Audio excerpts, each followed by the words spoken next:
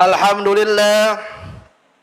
Alhamdulillahilladzi kana bi'ibadihi khabiran basira.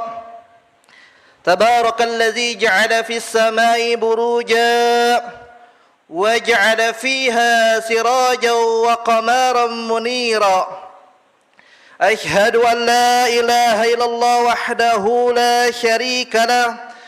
وأشهد أن سيدنا محمدا عبده ورسوله الذي بعثه بالحق بشيرا ونذيرا اللهم فصل وسلم على سيدنا محمد وعلى آله وصحبه وسلم تسليما كثيرا أما بعد فيا عباد الله أوصيكم ونفسي بتقوى الله وطاعته لعلكم تفلحون.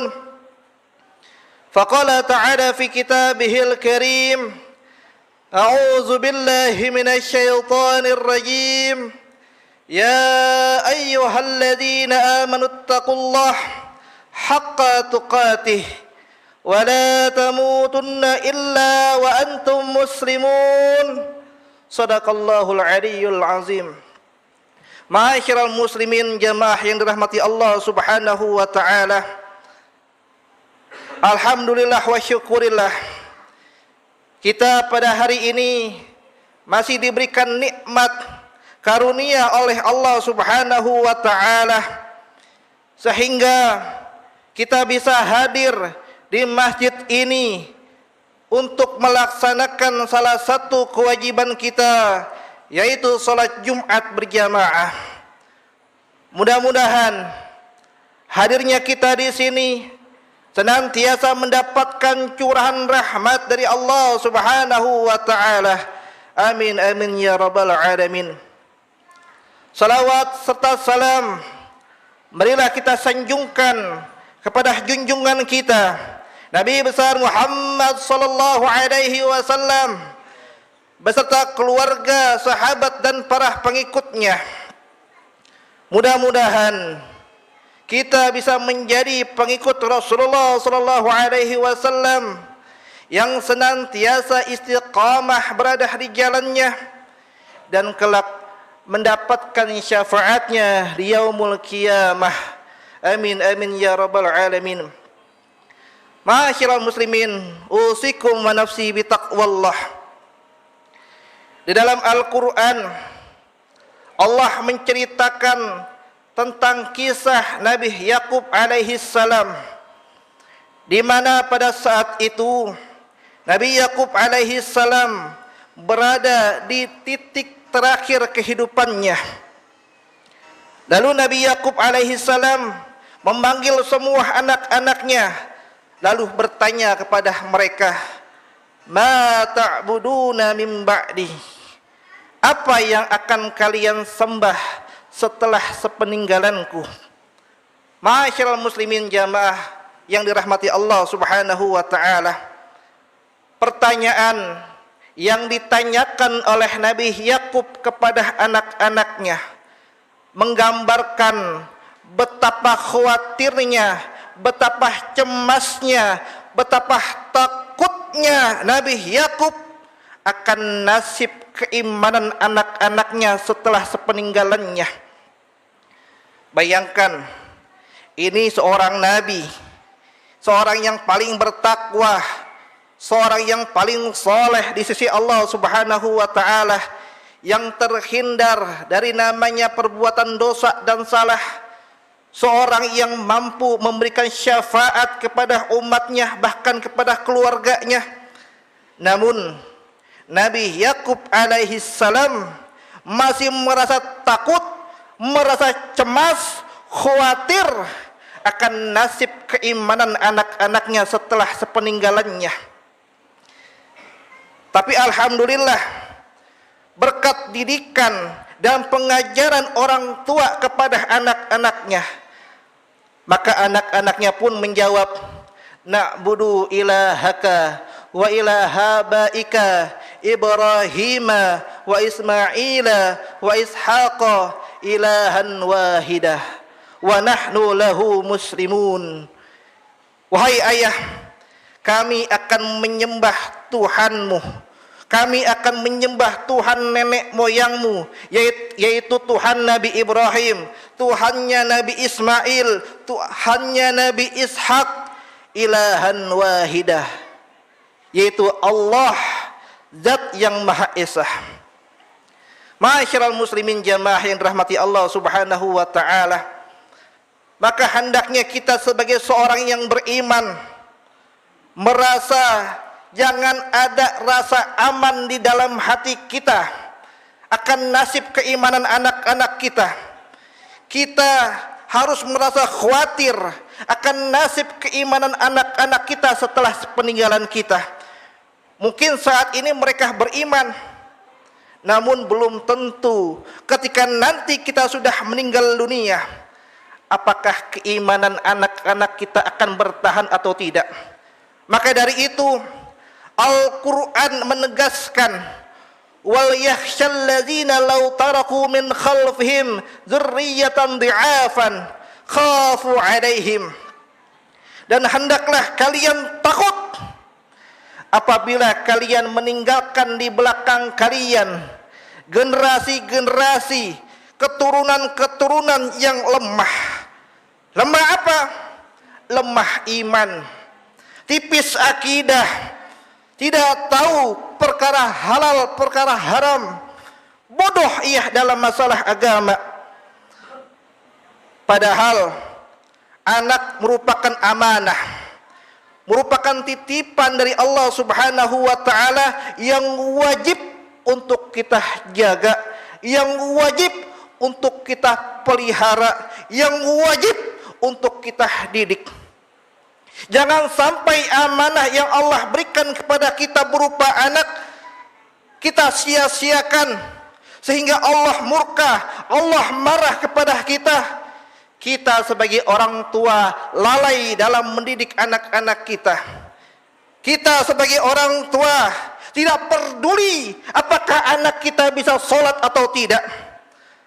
Padahal Rasulullah SAW telah menegaskan kepada kita, wa man taraka waladahu jahilan kana kullu dzanbin amilahu alaihi.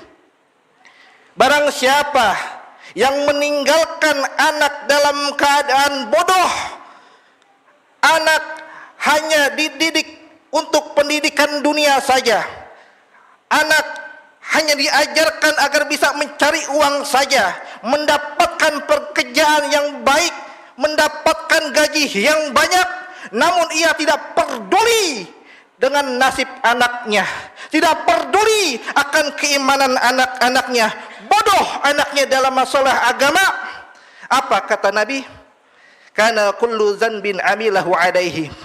Maka setiap perbuatan dosa yang dilakukan oleh anaknya nanti ketika anaknya sudah dewasa, maka orang tua ikut kebagian dosa yang dilakukan oleh anaknya. Sekalipun orang tuanya adalah seorang kiai, seorang ulama, seorang ustadz, seorang yang ahli ibadah, seorang yang senantiasa menghabiskan malamnya untuk bertakarub kepada Allah, seorang yang senantiasa melaksanakan sholat berjamaah di masjid, namun ia tidak peduli akan nasib anaknya. Ia hanya mementingkan dirinya, ia hanya mementingkan bagaimana memperbagus amal ibadahnya, namun ia tidak peduli apakah anaknya ini bisa baca Quran atau tidak. Dia tidak peduli apakah anaknya ini bisa sholat atau tidak. Dia tidak peduli apakah anaknya ini dekat dengan ulama atau tidak. Maka nanti kita sebagai orang tua akan diseret oleh Allah Subhanahu wa taala masuk ke dalam nerakanya Allah. Nauzubillah. Ma'asyiral muslimin jamaah yang rahmati Allah Subhanahu wa taala.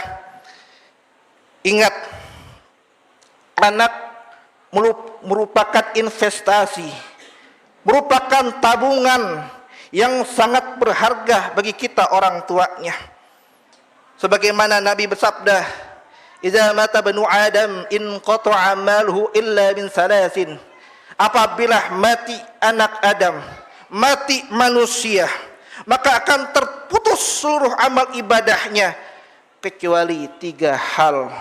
Dan salah satunya adalah waladin salihin yad'u lah, seorang anak yang soleh solehah, yang senantiasa mendoakan kebaikan untuk orang tuanya, baik ketika orang tuanya masih hidup maupun sudah meninggal.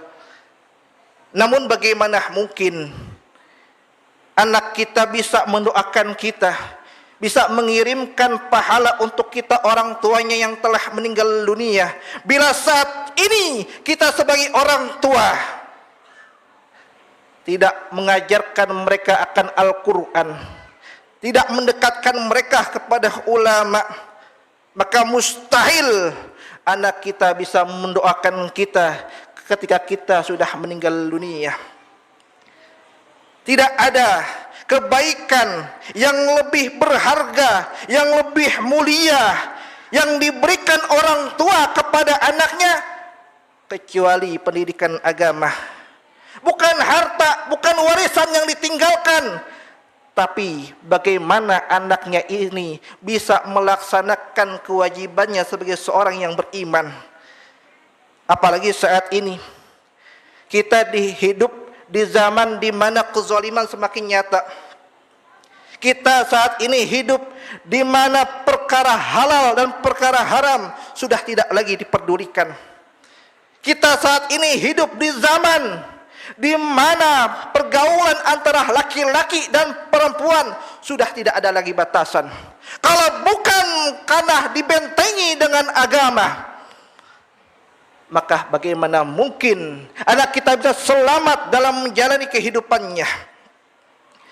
Taruhlah kita ini sebagai orang tua, sedikit ilmu pengetahuannya, sedikit wawasan keislamannya, namun kita harus mempunyai motivasi di dalam hati kita, di dalam diri kita, agar jangan sampai anak kita bernasib sama dengan kita.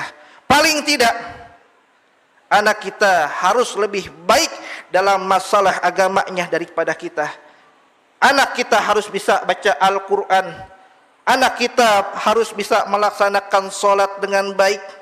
Anak kita paling tidak dekat dengan para alim ulama. Titipkan anak-anak kita kepada para ulama, kepada ustadz, kepada kiai, agar mereka mendapatkan bimbingan. Karena dengan bermodalkan agama, anak-anak kita bisa selamat. Dengan bermodalkan agama, anak-anak kita akan mempunyai karakter pribadi yang baik, pribadi yang amanah, pribadi yang bertanggung jawab. Dengan adanya agama, maka kita sebagai orang tuanya akan diselamatkan oleh anak-anak kita. Bahkan derajat kita akan ditinggikan oleh Allah Subhanahu wa taala di dunia maupun di akhirat berkat kesolehan dari anak-anak kita. Mudah-mudahan Allah jadikan keturunan kita, anak-anak kita, generasi yang cinta akan agamanya, generasi yang sangat cinta kepada Rasulnya, generasi yang berguna bagi agamanya, bangsanya dan negaranya, dan tentunya berbakti kepada kita orang tuanya. Amin amin ya rabbal alamin. Barakallahu li wa lakum fil Qur'anil azim wa nafa'ani wa iyyakum bima fihi minal ayati wa dzikril hakim.